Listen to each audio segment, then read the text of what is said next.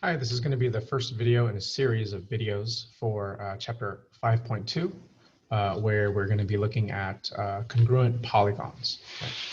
Right? So here in question number 1, we have a couple of triangles which are congruent, and then in question 2, there's some quadrilaterals, some four-sided figures that are congruent.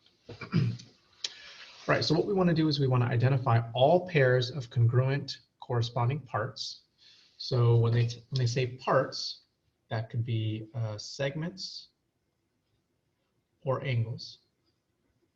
Okay, and then we need to write another congruent statement for the polygons. Okay, so let's go ahead and do this. Right, because the triangles are in different orientations. Right, why don't we just cut it out and then kind of turn them the same way?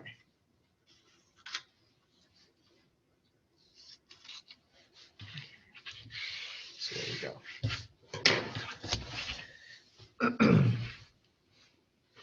All right, so if I turn the triangles this way, right now they look like they're the same size, they're the same shape, they're in the same orientation. And so I can already see that angle R and U are congruent. They both have the little single arc symbol. Angle Q and T are congruent. Again, they both have the same double arc symbol. And angle P and S are congruent because they both have the triple arc symbol. So I already can tell just from looking at the diagram which angle in this triangle is congruent to which angle in this triangle. Okay. Now what we're going to do is we're going to mark the segments. Okay. So let's start with the shortest segment. So I'll put a single tick mark on the short segments of both triangles, and then I'll put a double tick mark on the medium-sized segment, and then I'll put a triple tick mark on the longest segment. Okay, so the arcs show us which angles are congruent, and the ticks show us which segments are congruent. Okay. Now, the way that these triangles were named, it was PQR and STU. Okay, but we don't have to name them that particular order, right? We can change the order in which we name a triangle, right? So I could call this triangle PRQ. I don't even have to start with P. I can name this triangle RQP. All right, so let's do that. Let's call it triangle RQP. Okay. But because I went in that order, right? I went R, then Q, then P, right? I would have to name the second triangle in the same order.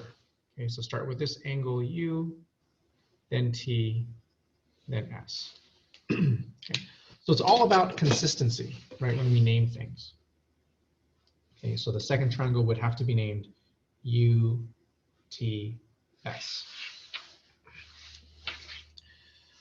All right, let's take a look at problem 2. Okay, so the quadrilateral ABCD is congruent to the quadrilateral EFGH. Okay, so we can already tell which angles are congruent because we have the single arcs, the double arcs, the triple arcs, and the quadruple arcs. But what we want to do now is show which sides are congruent. Okay, so I'm just gonna cut these out.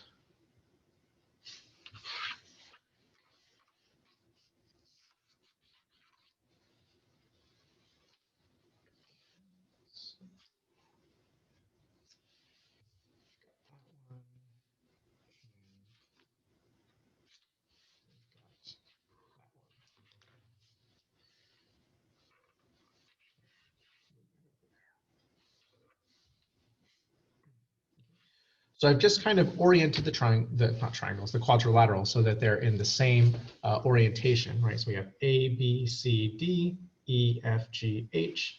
Okay, I already mentioned we know which angles are congruent, so let's start marking the sides.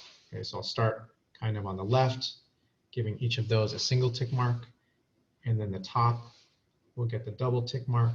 The right side, I'll give a triple tick mark, and then the bottom side would get the quadruple tick mark. All right.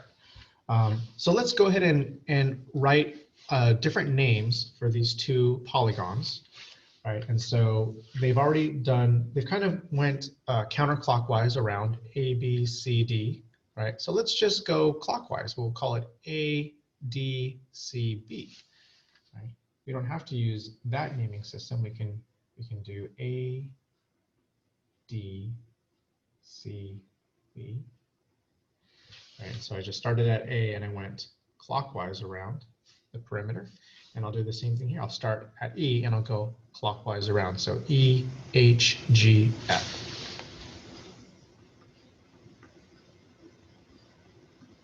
Okay. Again, it's all about consistency when you name polygons. Okay, you have to start at the same vertex and then go in the same direction, either counterclockwise or clockwise. But whatever you do to one, you have to do the same direction for the other. Okay. And we don't have a special symbol for quadrilaterals. For triangles, you just draw a triangle symbol before you write the 3 letters. For a quadrilateral, you just write the 4 letters. Okay? There's no special symbol you need to write. All right, thanks for watching this video. There'll be a couple more videos to follow up on this.